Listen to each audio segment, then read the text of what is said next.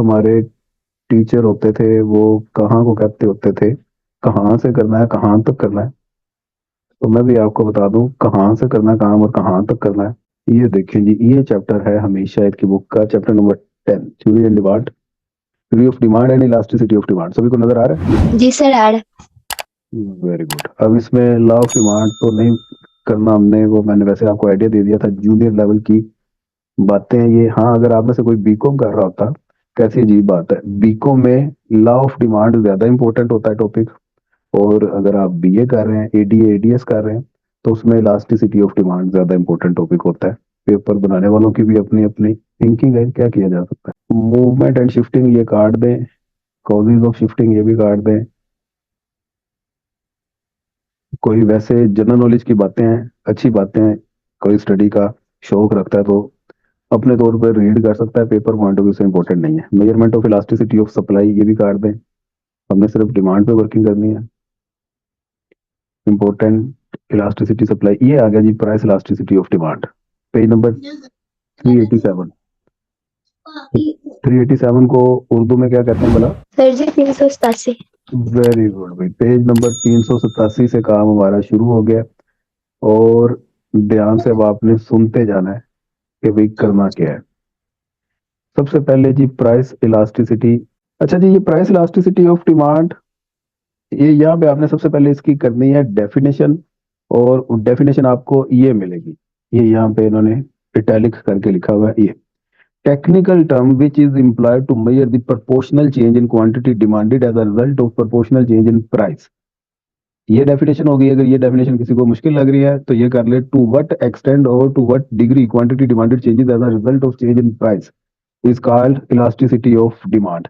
ये इसकी डेफिनेशन हो गई। और मैथमेटिकली अगर हम बात करें तो ये marginal divided by average function. तो मार्जिनल फंक्शन को आपने डिवाइड कर देना एवरेज फंक्शन के साथ। ये डेरिवेटिव डेरिवेटिव को मार्जिनल फंक्शन कहते हैं, क्यू ओवर पी इसको एवरेज फंक्शन कहते हैं। तो d q over d p divided by q over p ये बनता है इसका formula. D q over d p ये मार्जिनल फंक्शन है, क्यू ओवर पी ये एवरेज फंक्शन है। तो M divided by A basically ये इलास्टिसिटी का फार्मूला होता है। वो किसी भी चीज की इलास्टिसिटी फाइंड करें, बेशक सप्लाई की करें डिमांड की करें, मार्जिनल फंक्शन को एवरेज फंक्शन में आपने डिवाइड करना होता है। तो ये बातें नहीं समझ आ रही तो ये फार्मूला ध्यान में रखो बस, समझे बात। ये सिर्फ आपने कर लेना है यहाँ तक। उसके बाद आपने हेडिंग देनी है measurement of elasticity of demand. ये आ गई जी measurement of elasticity of demand में जी। इसके मेजर दो ही कैटेगरीज है। सबसे पहले तो टोटल आउटले मेथड, दूसरे नंबर पे परसेंटेज मेथड। ये तीसरे नंबर पे पॉइंट या आर्क इलास्टिसिटी। हाँ 10 मार्क्स का आता है ना, ये 20 नंबर का कभी भी नहीं आया, तो ये पहले दो ही कर लो काफी है, तीसरा कार्ड। अब टोटल आउटले मेथड, सबसे पहले इधर से हम स्टार्ट करते हैं। इस तीसरे में एक छोटी सी टर्म आती है ज्योमेट्रिक मेथड की। ज्यादा लिखने का जिसको शौक हो रहा हो ना, मैं ज्योमेट्रिक मेथड भी बता देता हूँ क्या होता है। वो ऐड कर ले, नंबर आपको मिल जाएंगे पूरे। वो ना भी लिखे फिर भी पूरे मिल जाएंगे। बेसिक सबसे पहले हमारा ये टोटल आउटले मेथड है, जो मैंने आपको बताया ना कैसे पता चले कि इलास्टिसिटी मोर इलास्टिक है, डिमांड आपकी लेस इलास्टिक है या यूनिट इलास्टिक है। उसमें ये सीधी सीधी बात तो हमें पता है कि परसेंटेज चेंज प्राइस में और डिमांड में बराबर हो तो यूनिट इलास्टिक होता है, ज्यादा कम हो तो उससे फिर या तो लेस इलास्टिक बनती है या मोर। अब प्राइस और क्वांटिटी, फर्ज कर लो कि ये 24 प्राइस है और डिमांड 5000 है।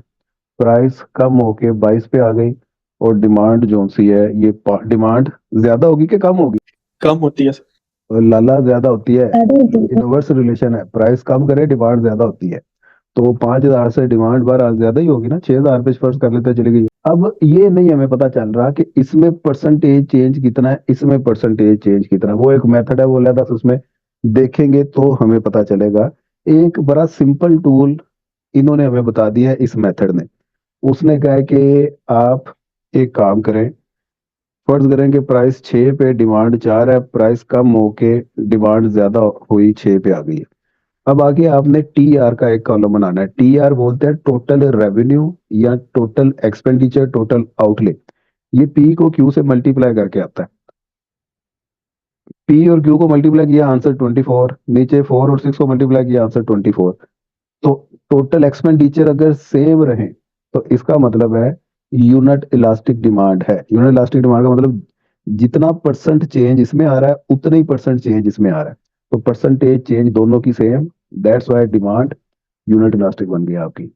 याद रहे की बात। इसमें ये तीसरे वाला काट दें, बस दो ही कर लें। साड़ी जिंदगी ये ठा भलिए, और भी बेशुमार हमारी जिंदगी में दुख है, तो कोशिश हम करेंगे कि काम कम से कम हो और फायदा ज्यादा से ज्यादा हो, और रट्टा नहीं लगाना आपने। इन दोनों से भी बातें हमारी क्लियर हो जाती हैं। तो एक को आप ये पॉइंट प्लॉट कर लें, ये प्लॉट करने की जरूरत भी नहीं है, ना भी करें तो ठीक है, वैसे कर देंगे तो ग्रेस मार्क्स आपको मिल जाएंगे, इंप्रेशन अच्छा पड़ेगा। जिसमें यूनिट इलास्टिक की ये डायग्राम बनेगी, जो कल भी आपको बनवा दी, कि देखें पी में जितना चेंज आ रहा है उतना ही चेंज क्यू में आ रहा है, दोनों का रेट ऑफ चेंज सेम होगा। समझे बात। इस नंबर 1 पॉइंट पे elasticity of demand equal to 1 के बाद आपने क्या देना है, ग्रेटर देन 1। और इसमें ये रूल याद रखना है कि जब कभी भी, इसमें भी ये तीसरी लाइन काट दें, दो ही काफी है, जब कभी भी प्राइस कम होने से आपके एक्सपेंडिचर ज्यादा हो, ये देखें इधर से प्राइस कम हुई, इधर एक्सपेंडिचर ज्यादा हो गए, तो इलास्टिसिटी ग्रेटर देन 1 होगी। यानी कि प्राइस में परसेंटेज चेंज कम है तो क्वांटिटी में परसेंटेज चेंज ज्यादा आ गया। इस वजह से जो कर्व है वो फ्लैटर बन जाएगी। देखो फ्लैटर नजर आ रही, इसमें चेंज ये देखे इतना सा है और इसमें चेंज इतना बड़ा है। अब नंबर 3 पे लेस इलास्टिक। लेस इलास्टिक में प्राइस और एक्सपेंडिचर का डायरेक्ट रिलेशन बन जाएगा। मीन टू से प्राइस कम करने से एक्सपेंडिचर भी कम हो जाए, तो आपने समझ आना है मामला गड़बड़ है, मामला लेस इलास्टिक वाला है।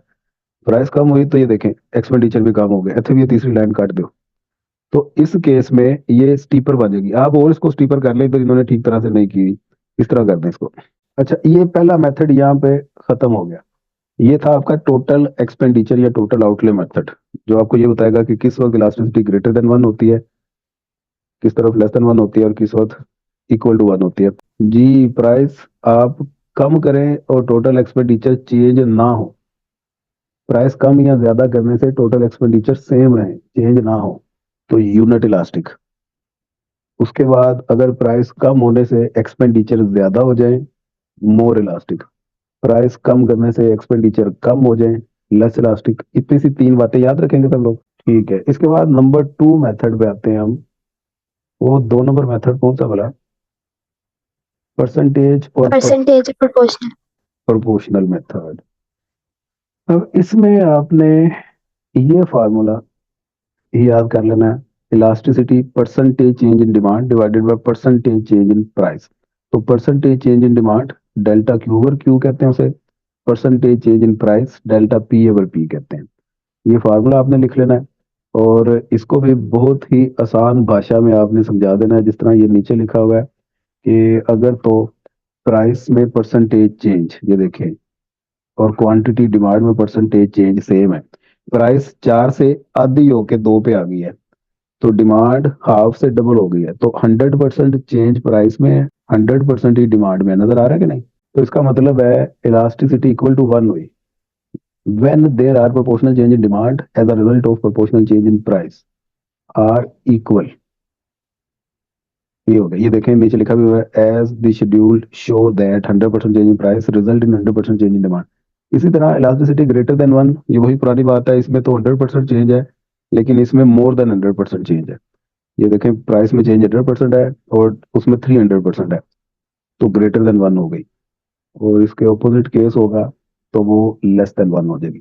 मेरा ख्याल है ये दूसरा मेथड भी क्लियर हो गया। अब नंबर 3 पे पॉइंट और आर्क इलास्टिसिटी, मैं इसका डिफरेंस बता देता हूँ। पॉइंट इलास्टिसिटी क्या होती है, असल में ऊपर दोनों मेथड जो हमने किए हैं वो पॉइंट इलास्टिसिटी फाइंड करने के ही हैं। आंसर अगर निकालते हैं कोई सिंगल वैल्यू आंसर आ जाए, इसका मतलब है वो पॉइंट इलास्टिसिटी है। इस कर्व में किसी एक पॉइंट की इलास्टिसिटी, आप फर्ज करें ये ए पॉइंट है, इस पे इलास्टिसिटी क्या है, तो पॉइंट इलास्टिसिटी होगी। अगर आप बोलें कि ए है ये बी है, ए से बी इस पूरे सेगमेंट की इलास्टिसिटी क्या है, तो वो फिर आर्क इलास्टिसिटी होगी। उसमें दो वैल्यूज आपने P1 P2 Q1 Q2 इस तरह करके फार्मूला बनता है। कुछ भी नहीं करना इसमें से। और ये ज्योमेट्रिक मेथड, ये सिर्फ इतना सा याद रखे, ज्योमेट्रिक मेथड की हेडिंग दे के आपने कहना है इसका फार्मूला होता है lower portion of demand curve divided by upper portion of demand curve. ये फार्मूला है। आपने इन दोनों को कर लिया डिवाइड और आंसर चेक कर लेना। अगर इक्वल टू 1 आ गया तो आपने कहना यूनिट इलास्टिक, ग्रेटर देन 1 आ गया मोर इलास्टिक, लेस देन 1 आ गया तो लेस इलास्टिक। इलास्टिसिटी, अब ये देखें बिल्कुल सेंटर में इलास्टिसिटी इक्वल टू 1 हो जाएगी। क्यों? क्योंकि lower part of demand curve वो भी एग्जैक्ट उतना ही होगा जितना upper part of demand curve होगा। फर्ज करें कि ये वाला पोर्शन इसकी वैल्यू 3 है तो ऊपर वाले की भी 3 ही होगी ना। अगर ये ए पॉइंट बिल्कुल दरमियान में है तो फार्मूले में 3 ओवर 3 करेंगे तो आंसर इक्वल टू 1 नहीं आएगा। Yes sir. तो यहाँ से साबित हुआ दरमियान में इलास्टिसिटी इक्वल टू 1 होती है। अच्छा, अब दूसरी बात, इस दरमियान से नीचे किसी भी पॉइंट में आएंगे, फर्ज करें इस बी पॉइंट की हम बात कर रहे हैं, तो यहाँ पे इलास्टिसिटी हमेशा लेस देन 1 होगी। भला कैसे? क्योंकि lower portion of demand curve ये छोटा है, ये पार्ट फर्ज करें अगर इक्वल टू 1 है तो upper portion of demand curve ये ग्रेटर है, ये 1 से तो बड़ा ही होगा, 3 होगा। तो 1/3, ये कैलकुलेटर में चेक करें तो आंसर क्या आता है? फिर 0.3। तो 1 से छोटा ही आ रहा है ना आंसर। Yes sir. तो यहाँ से साबित हुआ दरमियान से नीचे किसी भी पॉइंट की इलास्टिसिटी चेक करेंगे वो लेस देन 1 होगी। इसी तरह इस सेंटर के ऊपर किसी भी पॉइंट की इलास्टिसिटी चेक करें तो ये ज्योमेट्रिक मेथड है। इतना सा काम इसमें करना है, कर लेंगे ये भी explain. Yes sir. Yes sir. अच्छा, अब ये सारा ज्योमेट्रिक मेथड इधर जो लिखा हुआ है ना ये सारा काट दो, ये कुछ भी नहीं करना। ये देखो सिर्फ ये डायग्राम आपने कर लेनी है जिसमें ये लिखा हुआ है दरमियान में इक्वल टू 1 है, नीचे लेस देन 1 है, ऊपर ग्रेटर देन 1 है, और इसी को आप एक्सप्लेन कर देना। यहाँ तक काम कर लो। ये नीचे वाला भी सारा काट दो, आर्क इलास्टिसिटी वाला भी काट दो। कल आपको इसमें से मैंने 2 चीजें और करवानी है, एक तो क्रॉस इलास्टिसिटी और दूसरा इनकम इलास्टिसिटी। बस ये 2 चीजें हम करेंगे, ये चैप्टर हमारा फिनिश हो जाएगा।